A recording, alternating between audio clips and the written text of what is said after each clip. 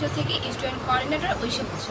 তো চলে এলাম আবারও আপনাদের জন্য নতুন আরেকটি ক্লাস নিয়ে, যেই ক্লাসে আমি আপনাদেরকে একটা ওয়েবসাইটের পেজ করে তৈরি করতে হয় সেটা আমি আপনাদেরকে শেখাবো। আজকের পর্বে থাকবে কিভাবে একটা ওয়েবসাইট আপনি খুব সহজে এবং তাড়াতাড়ি আপনি ক্রিয়েট করে ফেলতে পারেন। তো কথা না বাড়িয়ে আমি আমার ক্লাসে চলে যাব। আর হ্যাঁ, যদি আপনি আমার চ্যানেল নতুন হয়ে থাকেন অবশ্যই চ্যানেলটি সাবস্ক্রাইব করবেন, লাইক কমেন্ট করবেন এবং পাশে থাকা বেল আইকনটি ক্লিক করবেন। যদি কারো কোনো সমস্যা থাকে অবশ্যই সেটা কমেন্ট বক্সে জানাবেন। তো কথা না বাড়িয়ে আমি আমার স্ক্রিনে চলে যাব।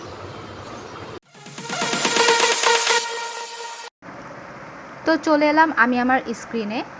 তো আজকে আমি আপনাদেরকে দেখাবো একটা ওয়েবসাইট কিভাবে ক্রিয়েট করতে হয়।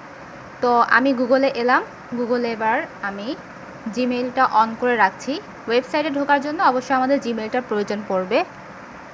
তো আমি জিমেইলটা অন করার পরে এবার আমি নিউ ট্যাব নিয়ে www.blogger.com লিখে আমি সার্চ করব।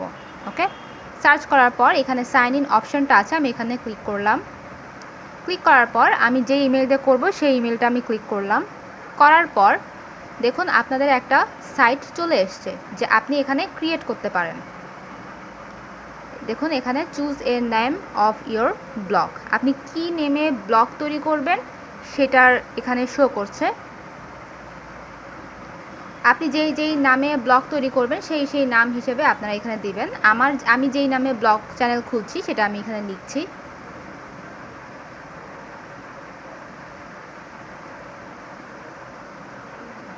আপনারা যেই নাম দিয়ে খুলবেন সেই নামটা এখানে লিখবেন টাইটেলে। তারপর নেক্সটে ক্লিক করলাম। এবার আমাকে এখানে একটা নাম দিয়ে .blogspot.com দিতে হবে। তো শুধু আমি নামটা দিব এখানে। কিছুটা জিমেল অ্যাড্রেসটা আমরা যেভাবে লিখি ব্লগেও আমাদের এরকম blogspot.comটা হবে। তো আমি এটা দিলাম, এটা অ্যাভেলেবেল আছে তাই আমি এটা দিয়েছি। দেওয়ার পরে আমি নেক্সটে ক্লিক করব। এরপরে আমার ডিসপ্লে নামটা কীরকম শো করবে সেটার জন্য একটা ডিসপ্লে নেম দিতে হবে, আমি সেটা দিচ্ছি বিডি নিউজ। আপনারা ডিসপ্লেতে যেই নামটা দিবেন সেই নামটাই লিখবেন। ওকে, ফিনিশ দিলাম, ফিনিশ দিব এখন।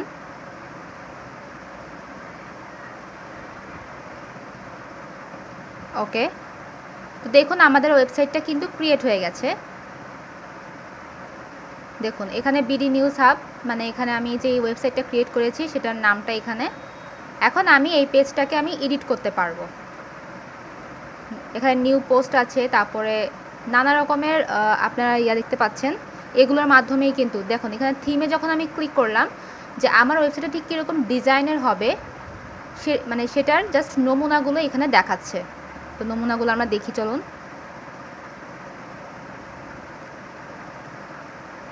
আমি এখানে যেটা ক্লিক করব সেরকম থিমেই আমার ব্লগটা সেরকমই তৈরি হবে, আমার সাইটটা ঠিক সেরকমই তৈরি হবে।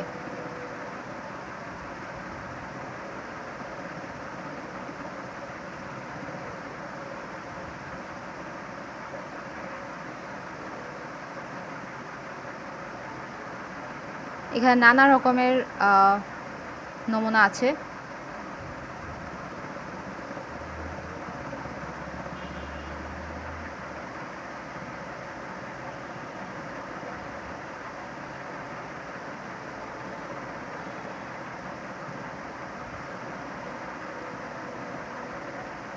তো আমি এটাতে ক্লিক করে দেখি। ওকে, এটাতে ক্লিক করার পর এখানে দেখুন কাস্টমাইজও আমরা করতে পারবো। কাস্টমাইজ মানে হচ্ছে কীরকম কালার টালার হবে এরকম।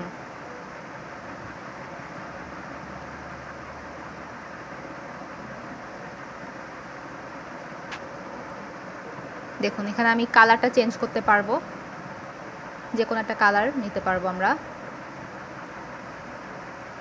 ওকে, তো আমি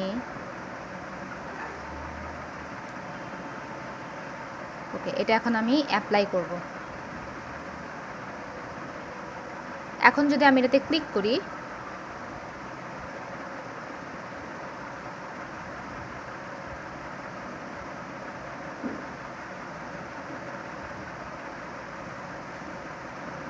আমি সবগুলো ঘুরে ঘুরে দেখাচ্ছি আপনাদেরকে যে আমার এটা কিন্তু নতুন, তাই এখানে কোনো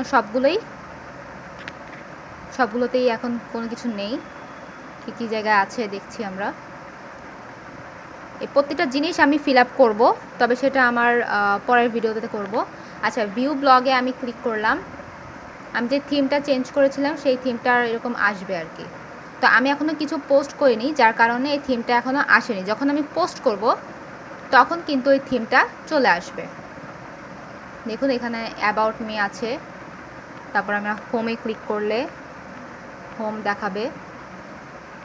এগুলো হচ্ছে যে আপনার পেজটা ঠিক কীরকমভাবে আসবে সেগুলোর চার্ট। এটা আমরা নেক্সট ভিডিওতে দেখাবো। তারপর এটা সার্চ অপশন। আচ্ছা, নিউ পোস্টে যদি আমরা ক্লিক করি তাহলে আমরা এখানে পোস্ট করতে পারবো।